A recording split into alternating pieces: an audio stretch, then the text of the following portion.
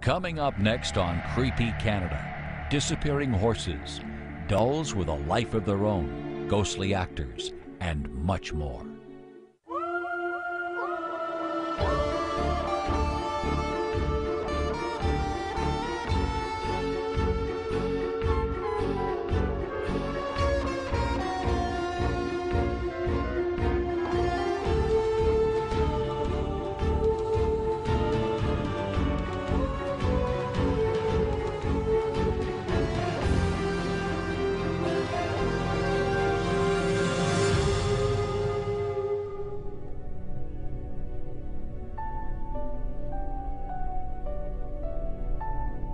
A young girl was visiting Edmonton, Alberta's Ukrainian Cultural Heritage Village. For her, it was a giant playground.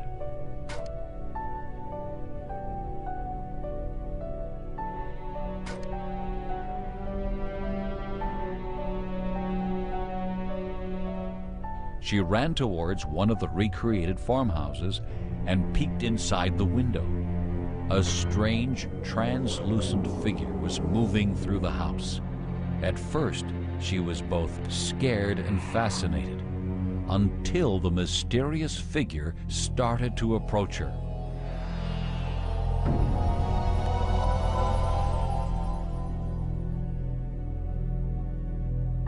Needless to say, she spent the remainder of her visit glued to her parents' side.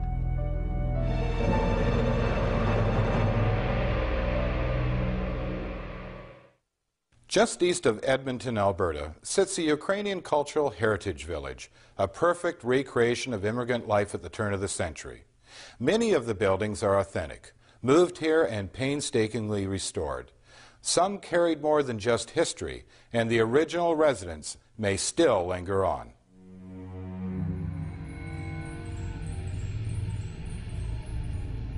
As a night watchman was making his rounds, he heard the sounds of a crying baby coming from Haverlick House.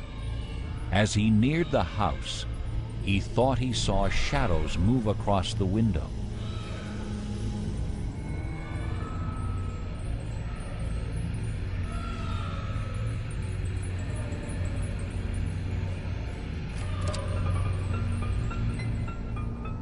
Cautiously, he entered, following the sound of the crying.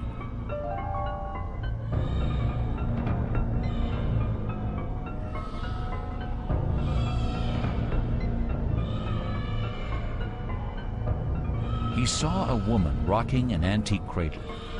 As he approached, she walked off into a nearby room. But when he looked inside, the room was empty and there was no other exit.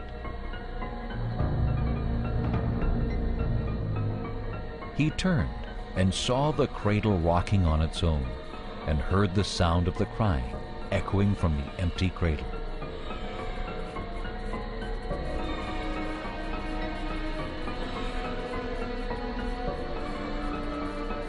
As he reached out to touch it, the crying ended and the cradle suddenly stopped.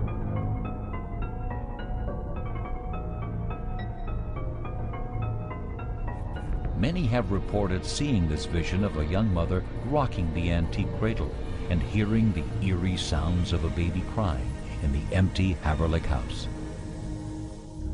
The gift shop at the Ukrainian village has been the scene of many strange happenings. Although the building itself is new, it seems to have attracted a resident spirit from the past. As an employee was closing for the night, she heard the sound of approaching footsteps.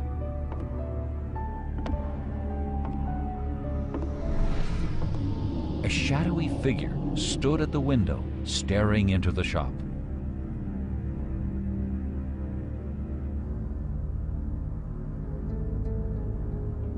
The figure seemed to vanish into thin air. Curious, she walked into the lobby. Even though she saw nothing, suddenly an invisible force brushed by, pushing her aside.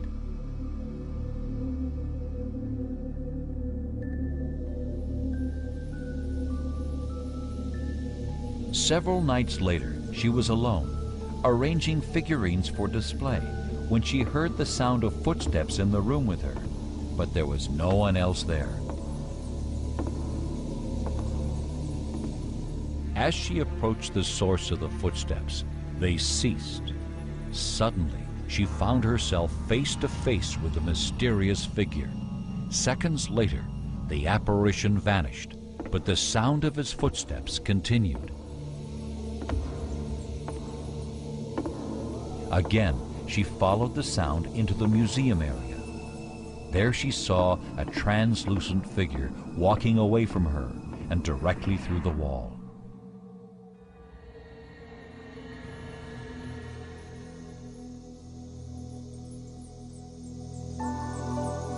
Recreating life in a turn-of-the-century village requires a dedicated staff. Another employee at the Ukrainian village was restoring a period farmhouse.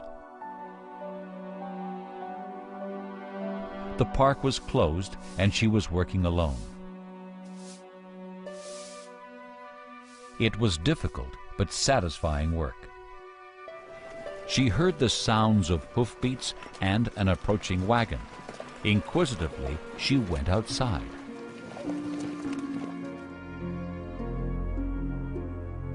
The employee saw a strange man standing there holding a team of horses, beckoning her to approach. He said nothing. Even more ominous was the eerily silent horses, and once again he beckoned for her to get into the wagon.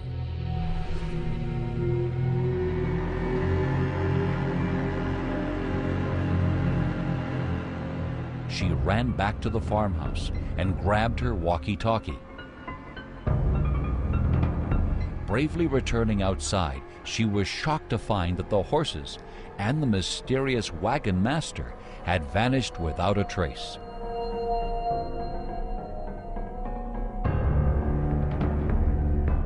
To this day, she still wonders what would have happened had she accepted the ride. Many others have reported hearing similar sounds when the park was closed.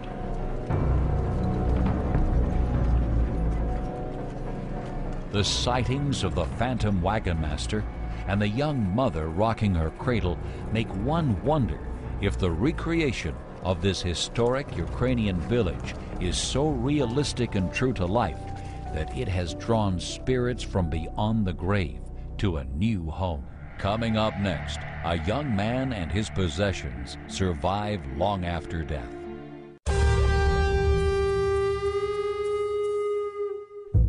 One Halloween night, a radio station decided to stage a publicity stunt. The stunt was in keeping with the holiday theme. A member of the staff volunteered to spend the night in the allegedly haunted Firkins house. He was a skeptic and was sure that nothing would happen, but as it turned out, he was wrong. He took a quick tour of the house and decided to settle in, waiting to see if, in fact, any strange events were going to take place. On the table next to where he was sitting was a book on magic. As he picked it up and started to read, he felt as if he was no longer alone. He began to hear the sound of footsteps echoing through the house.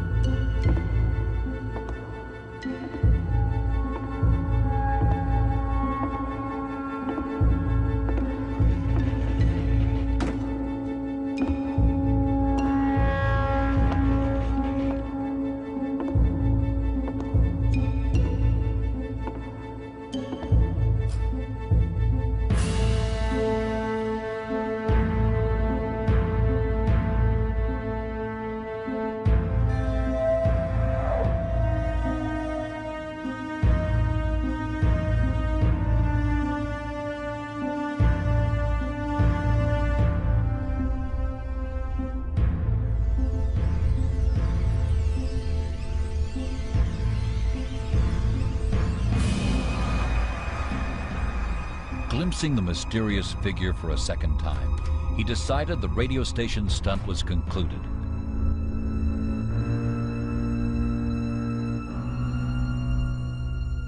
The Firkins House sits in Alberta's Fort Edmonton Park, a place where original buildings have been moved and restored.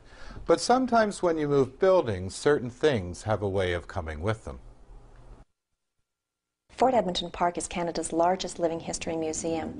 We depict 4 eras in time from 1846 at a Hudson's Bay fort and then on the streets of 1885, 1905, and 1920. We have historical interpreters in each of the buildings and they bring the park to life. So when you actually come into the park, you ride the train to the fort and then you experience each era and you have hands-on experiences and live life just as it would have been during those time periods. The Firkins House is now a museum at Fort Edmonton Park. But prior to this, it had been a private home. When the previous owners bought the house, it included the entire estate and some unique personal possessions. The oddest being a ventriloquist dummy owned by a boy that had died there. This dummy seemed to have a will of its own, appearing in the strangest places.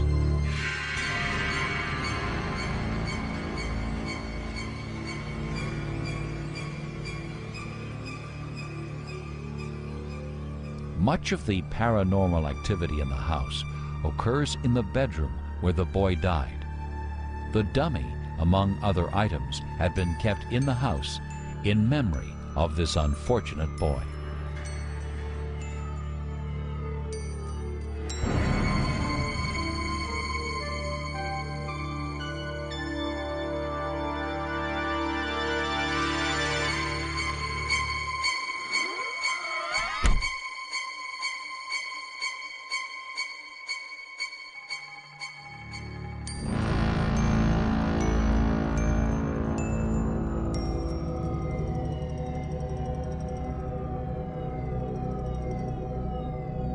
The boy had fallen ill and was confined to his room.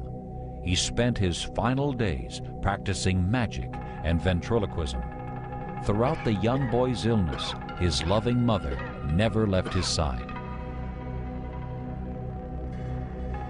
Eventually, the boy succumbed to his illness, and he died with his mother at his side. Their spirits linger on in the house today. Another terrifying incident took place when the owner decided to redecorate the boy's room. As she climbed the stairs, she came face to face with a pale figure blocking her passage. Slowly, she made her way up to investigate.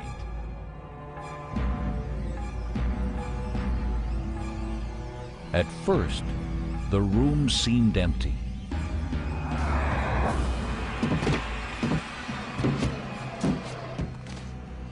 Feeling that she was in physical danger from the spirit, the terrified woman chose to donate the house to Fort Edmonton Park.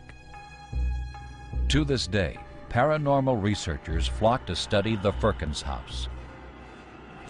I came here to the Firkins House at night to take some photographs. I felt a continuous sense of my every move being watched by someone.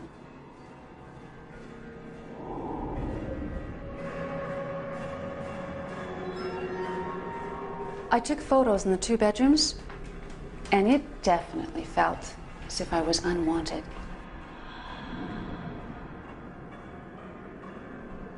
Downstairs,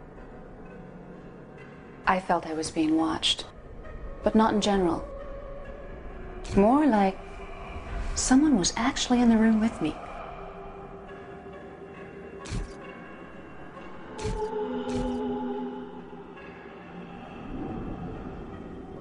Outside I took some shots, and there was this certain area on one side of the house that was much colder than even the air around it.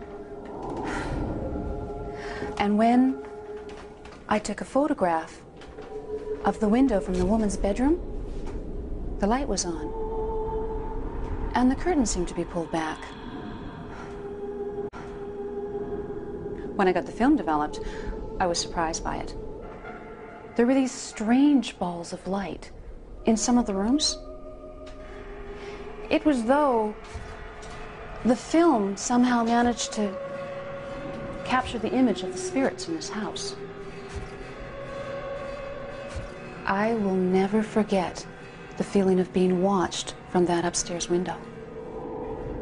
Even though the Firkins house has been uprooted from its original foundation, the spirits still feel it is their home. Consider this: the next time you're moving a house, you may be moving more than just plaster and nails. When we return, lighthouse beacons and ghostly specters.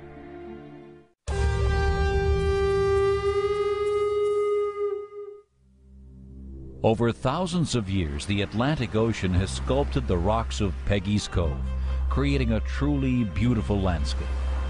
It's no wonder a small fishing village of 6,000 receives tens of thousands of visitors passing through it yearly. And like many maritime villages, it too has its own legend. Peggy's Cove draws numerous sightseers, and frequently they see the completely unexpected.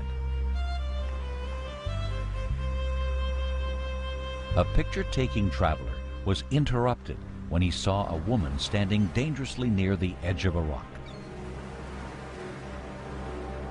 Seeing nothing but crashing waves beneath her, he called out to her, warning her of the potential danger. She simply seemed to ignore him.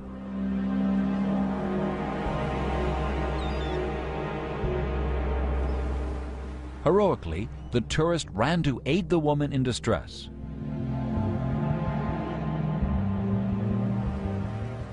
But when he reached the top of the rock, the woman was gone, or so it seemed.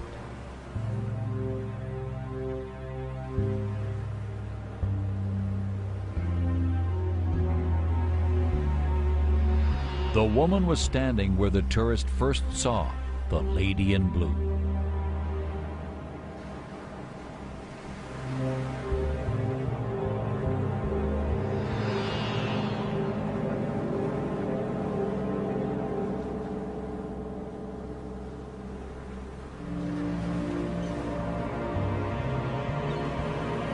Many have had experiences with the Maritime's legendary Lady in Blue. Peggy's Cove is a beautiful fishing village in Nova Scotia, where people from across Canada come to admire its beautiful lighthouse and majestic cliffs. However, this particular spot attracts not only tourists, but spirits as well.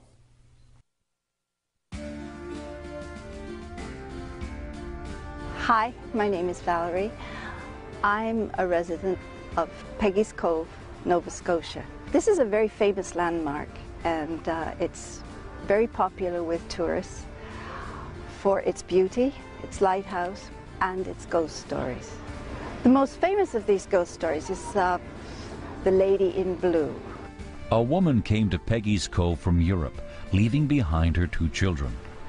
Settling near the village, she had hoped to earn enough money to transport her children to Canada. As she looked out over the ocean, her heart was breaking for her children.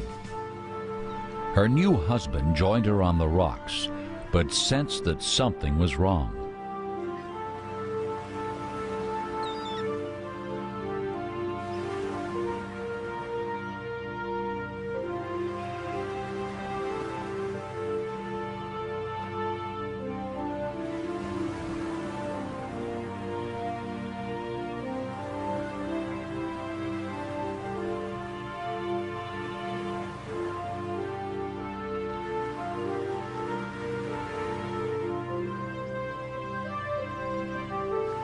He needed to attend to a task, so he asked his wife to wait for him.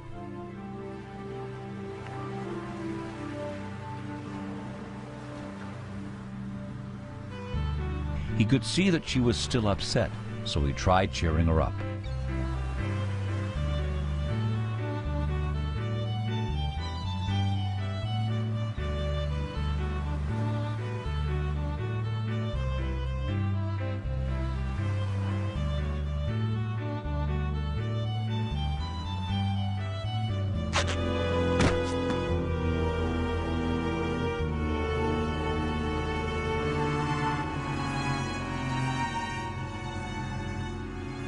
His clown-like act was selfless, particularly given the result, for in his attempt to cheer his wife, he inadvertently gave his own.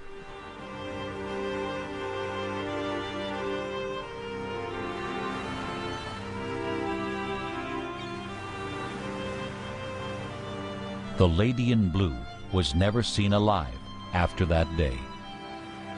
She seemed to have vanished, as if her life were an apparition. Many speculate she was filled with guilt, that she felt responsible for her husband's death, and so took her own life.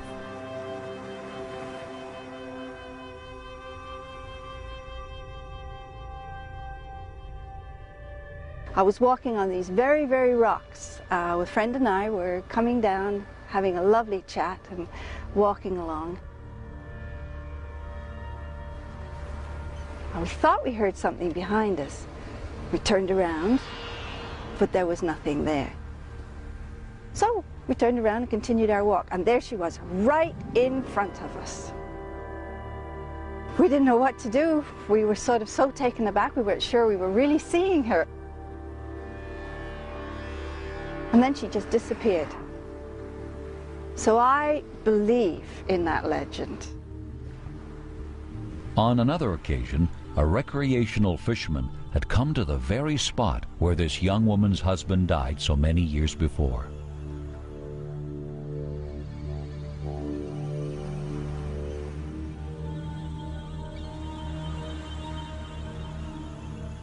The fisherman was to meet a friend who was running late.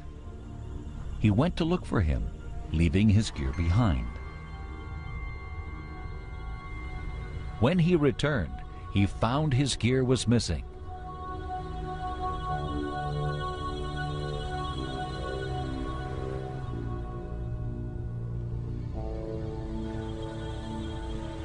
Searching, he began to find strewn pieces of his equipment.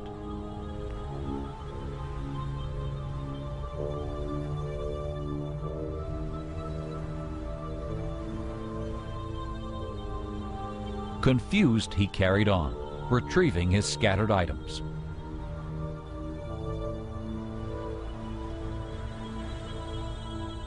The fisherman eventually found his equipment, but in doing so, he also found the Lady in Blue, who apparently seemed vexed with him. Perhaps he reminded her of years long ago.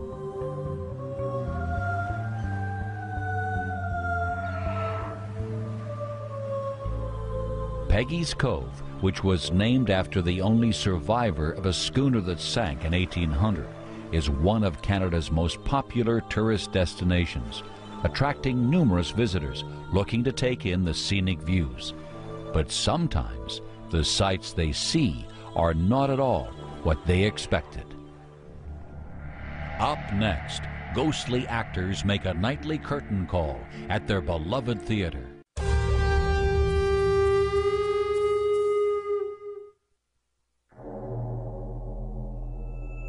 Old buildings often make strange noises. Usually it's just the natural sounds of the building settling, but sometimes the noises are not always what they seem. A young actress who had performed at the Walker Theatre was to discover the theatre had a life of its own.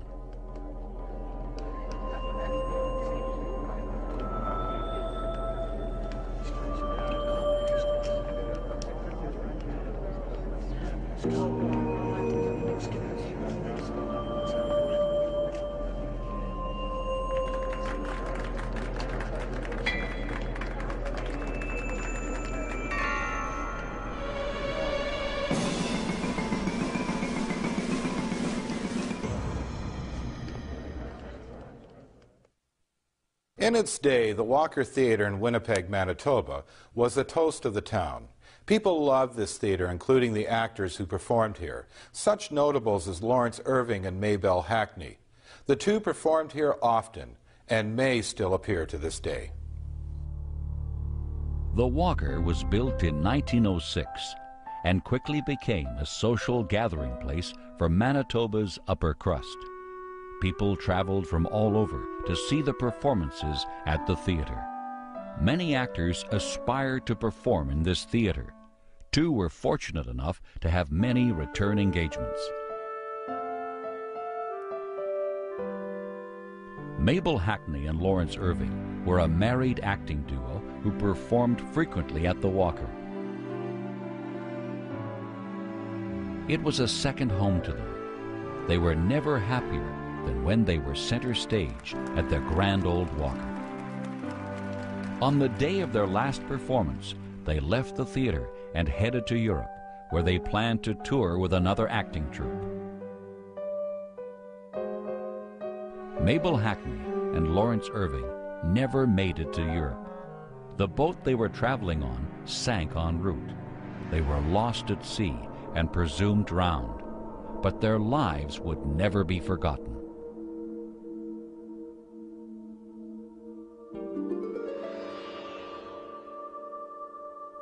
Many people say that their spirits live on in the Walker Theater, often being seen in the auditorium and other areas of the building.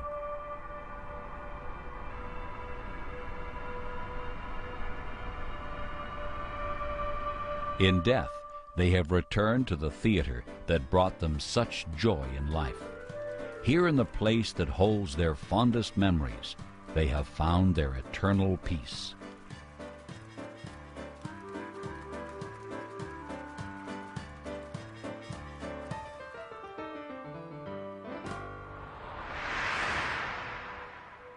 Perhaps the plaque honoring them which hangs in the foyer may be yet another factor in the theater's continued haunting. These ghosts are welcome here.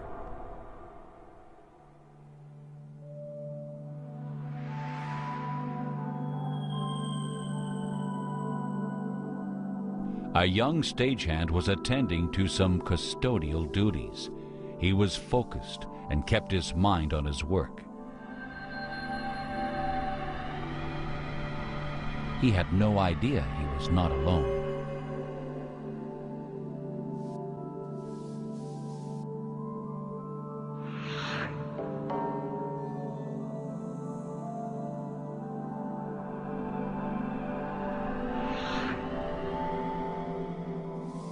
Responding to a noise he heard, he looked in the direction of the doorway.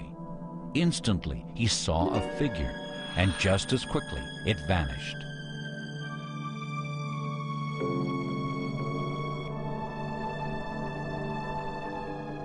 The stagehand returned to his work, but was unable to ignore the feeling of being watched. Hi, my name's Ken Jackson. We're at the Walker Theatre in Winnipeg, Manitoba, and it supposedly has been haunted for the last, almost 100 years now. I know I've been here a few times where I've sat and watched shows by myself up in the first or second balcony, and, you know, it seems like sometimes after a show you almost hear applause. Rehearsals are usually conducted to an empty house. However, as two local actors were to learn, this is not always the case.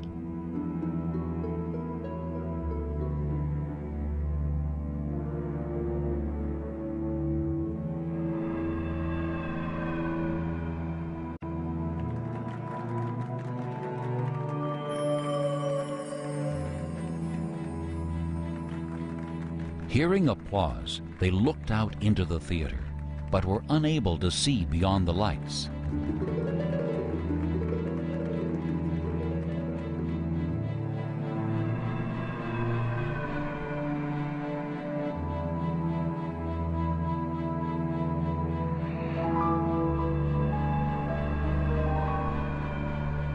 When they reached the auditorium, for the briefest of moments, they saw an apparition of two figures, and then they vanished.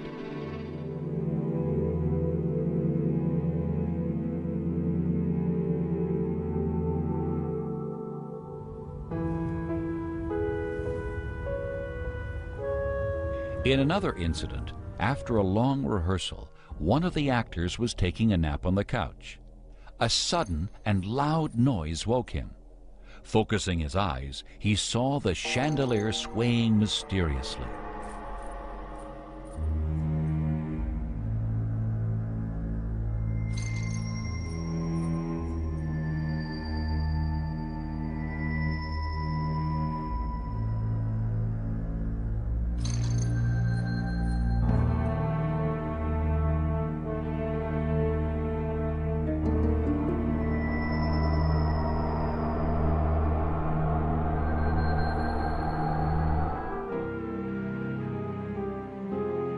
Mabel Hackney and Lawrence Irving have returned to spend eternity in their beloved theater. So the next time you take in a show at the Walker, the performers on stage may not be the only ones worth watching.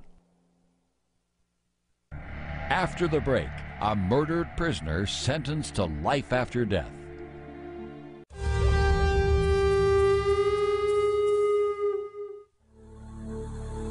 This high-traffic area in Victoria, British Columbia is frequented by locals and tourists alike.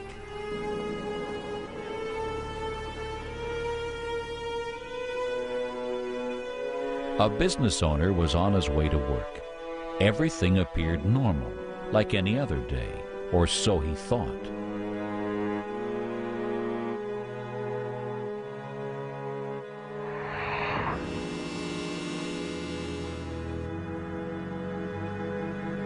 As he approached the building which housed his business, he heard an eerie jangling as if someone was rattling chains.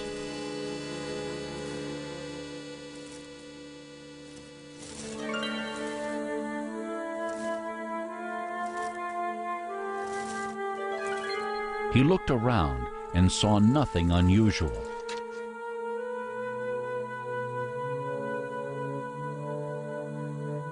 When he tried the door, it was locked, yet he was sure he had left it open.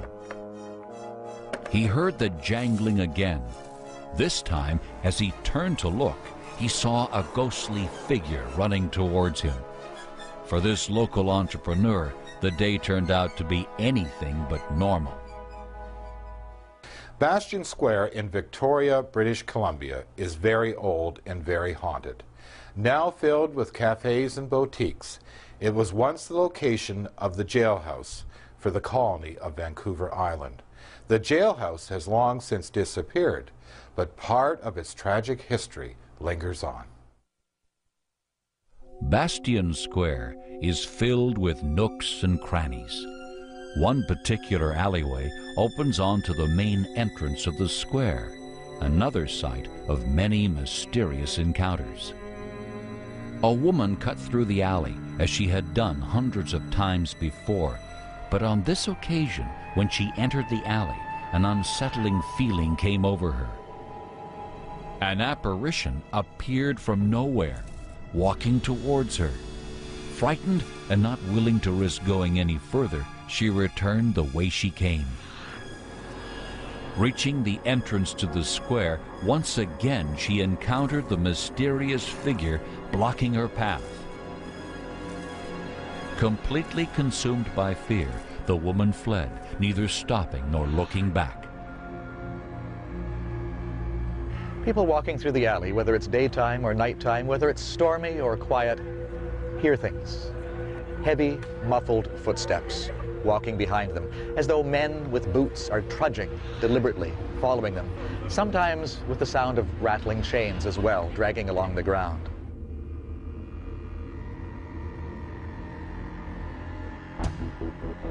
Bastion Square is a place where many tour groups are taken to learn about Victoria's diverse history. One evening, a tourist separated from his group, a decision that, in retrospect, should have been given further consideration.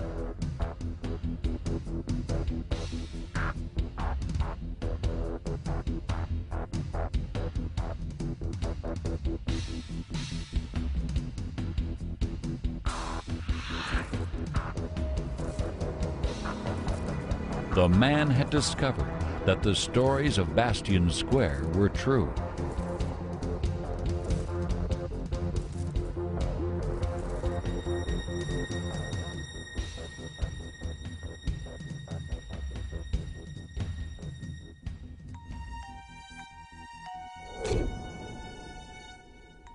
Merchants who work in Bastion Square many years ago began noticing people running out of the alley, and the merchants began to gather the stories, and slowly but surely these stories began to materialize into a bigger picture. A picture that dates back to the colonial days in Victoria, when a jail stood just here as part of Bastion Square. It's been gone since 1885, and yet some of the prisoners from that jail undoubtedly are still here. Another alley was the place where many past prisoners were cruelly and unjustly punished. Prison guards often became judge, jury, and executioner.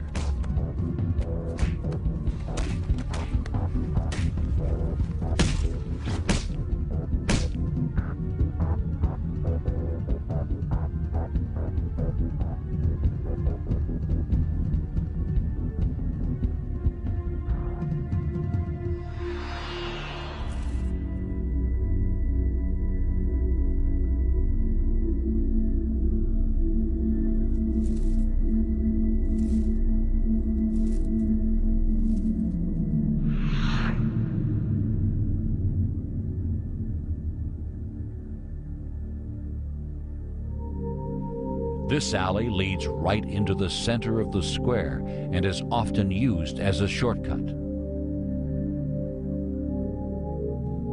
A young woman was taking the quick route to the square when she heard someone behind her. She saw a glimpse of a man in a prison uniform, so she looked back for a second glance. This translucent figure raced towards her.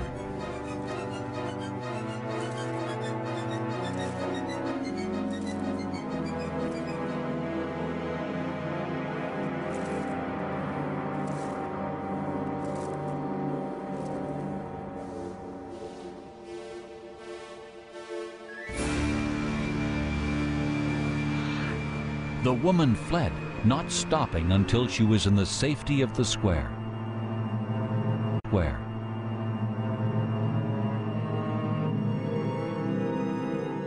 Although Vancouver's historic jailhouse is gone, prisoners of the past seem condemned to serving their sentences in the nooks and crannies of Bastion Square forever. After the break, a vengeful spirit returns to care for the child she murdered.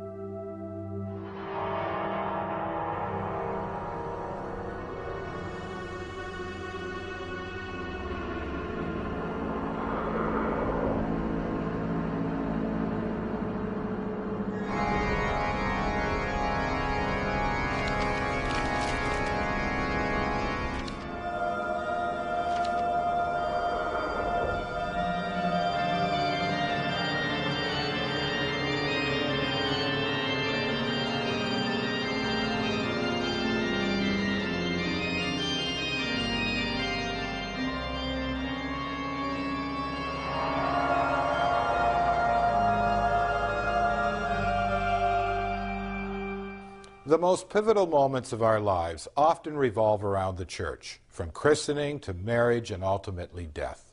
But after death, could spirits still seek that sanctuary that was so important in life? Quebec City's Cathedral of the Holy Trinity may have just such a ghost, a lost soul searching for forgiveness. We're standing outside the Cathedral of the Holy Trinity, which is one of the stories that we featured on our tour here in Quebec City. Now, this story came to my attention a couple of years ago, and it wasn't just from one source. I had multiple people from the community talking about the goings-on at this church, the hauntings. I know that my first encounter with this shadowy figure, it was the first time I had a group of tourists in front of me and I was explaining the story, and I saw the figure up on the second floor balcony. And because I had children on my tour, I didn't want to let them know what I was watching. And when you've learned this text so well, it just comes out of your mouth automatically. And I stood there and I literally had sweat pouring down from underneath my hat, trying not to look frightened. But my heart was absolutely pounding and I couldn't get out of that church fast enough.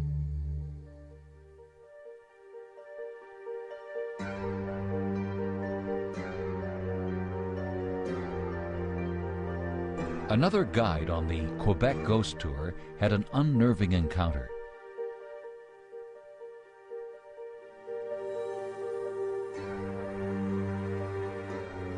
As she was giving her presentation to a group of tourists, she had the strange sensation of being watched, as if there was an unseen presence.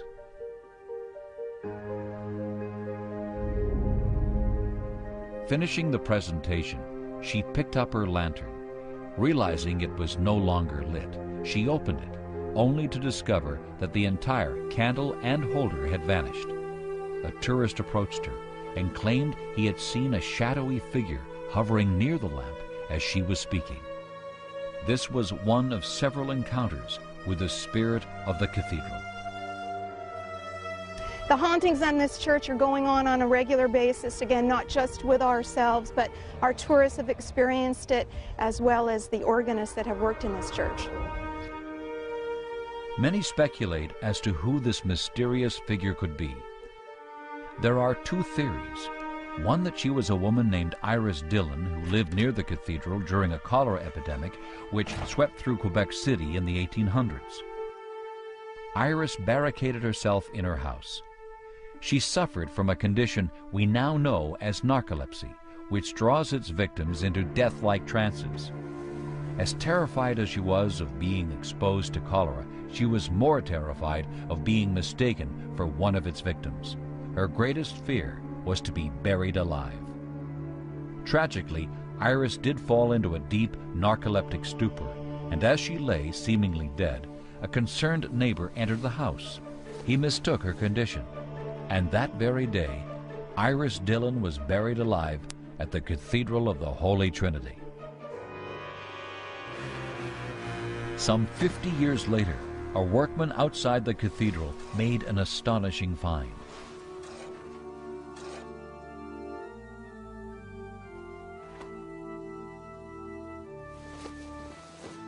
During construction, he uncovered a set of human remains. Many believe those remains to be the body of Iris Dillon. The second theory revolves around a woman who gave birth out of wedlock. In the 1860s, this would have resulted in both her and the newborn becoming outcasts in society.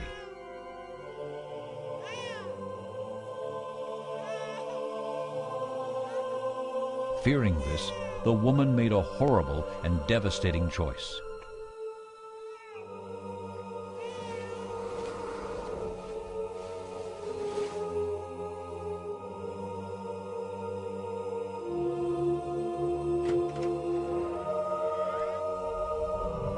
Having nowhere to turn and no one to turn to, she took the dead infant into the cathedral during the night.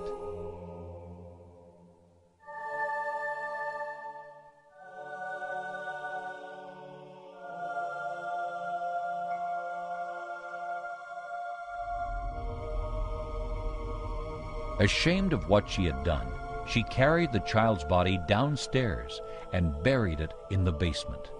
Entombed beneath the cathedral lay the bodies of former bishops of the Anglican Church.